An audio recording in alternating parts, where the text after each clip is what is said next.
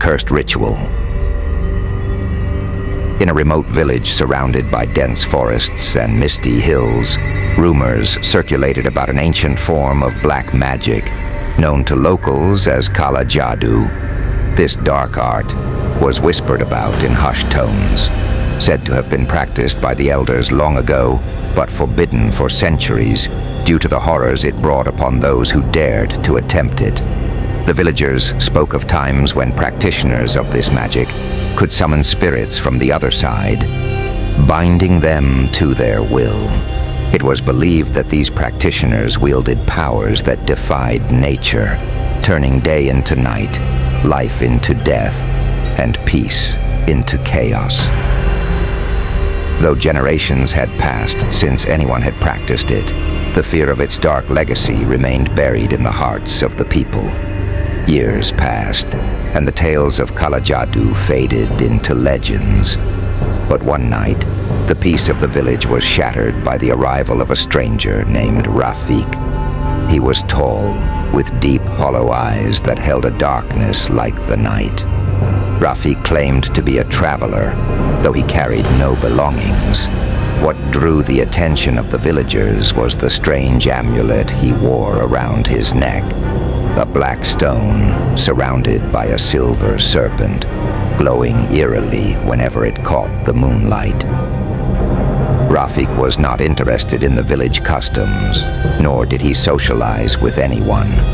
He spent his days walking through the dense forests surrounding the village, always carrying that strange amulet. People began to whisper, questioning his intentions and fearing he might be connected to the old black magic that haunted their stories. His mere presence cast a shadow over the village, bringing unease to all who encountered him. In the dead of night, strange chants would drift from the forest, words foreign and twisted, sending shivers down the spines of those who heard them. Some villagers claimed to see flickering lights in the distance, unnatural and bright, like fire yet cold. Children began to fear the dark, convinced that the shadows in their rooms had begun to take shape, crawling closer with each passing night. One evening, Rafik was spotted by a local woman, Zara, who lived near the outskirts of the village. She saw him standing in the forest under a gnarled, dead tree. The air around him seemed to pulse with an unnatural energy, thick and suffocating. As Zara watched, she realized Rafik was chanting in a language she couldn't understand. His hands traced strange symbols in the air, and with each motion, a shadow seemed to grow, rising from the ground and taking shape. It was no ordinary shadow. It felt alive, shifting and pulsing as if it were a creature summoned from another realm. Terrified, Zara ran back to the village and told the elders what she had witnessed. The villagers gathered, fear and worry etched onto their faces as the elders spoke of the ancient curse of Kala Jadoo. If Rafik was truly a practitioner, he would bring darkness upon the village. But confronting him directly would be dangerous. A practitioner of black magic could manipulate minds and summon spirits, and anyone who tried to interfere could face a fate worse than death. As the villagers debated what to do, the strange occurrences grew more intense.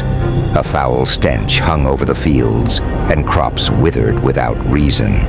Birds stopped singing, and the silence of the forest became oppressive.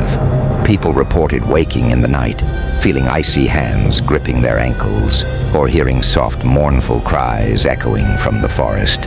Desperation filled the air, and some families began packing their belongings, prepared to leave their ancestral homes if the curse was not lifted.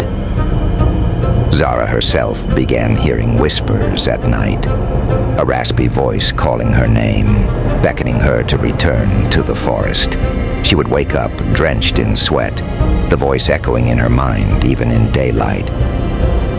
Fearful and desperate, she sought the help of Asim, a young man who was known for his bravery and deep knowledge of the village's ancient stories. Asim listened to Zara's account and sensed that Rafik was attempting to perform a ritual, one that required sacrifices to summon a spirit of the dead. The amulet, he believed, was the key to stopping Rafik, for it held a curse that connected him to the otherworldly forces he was trying to summon. But Asim knew that they had to be cautious, as the amulet itself could be deadly to anyone who touched it. On the night of the full moon, Asim and Zara decided to confront Rafik. Armed with talismans and herbs, they ventured into the forest. The air was thick with mist, and the shadows seemed to twist and move around them. Their hearts pounded as they approached the clearing where Zara had seen Rafik. There he stood, chanting under the dead tree, his voice echoing through the woods. Around him were symbols drawn in blood, and small dark figures danced in the flickering candlelight, as if alive. Rafik's eyes glowed with a sinister light as he noticed their approach. He raised his hand, and the shadows lunged toward Asim and Zara, forcing them back. These shadows were not mere illusions.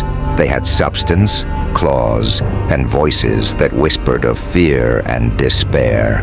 But Asim held his ground, pulling out a small vial filled with a mixture of herbs blessed by the village's elders.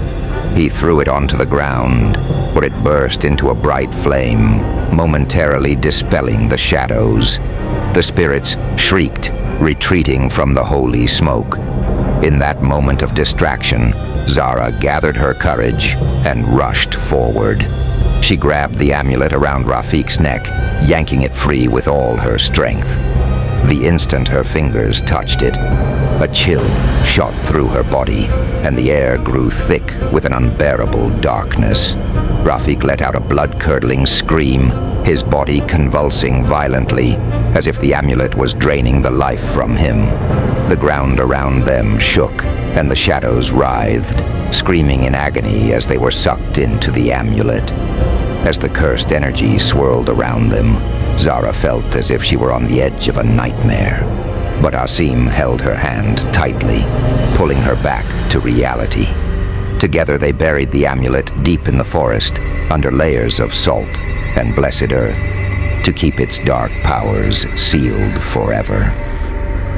They knew that as long as the amulet remained buried, the spirits would rest, and the horrors of Kala Jadoo would remain sealed. After that night, Rafik was never seen again. Some said his soul was trapped within the amulet, forced to wander in darkness forever. Others believed he had escaped, but was cursed to live a life of misery and despair, haunted by the spirits he had once commanded.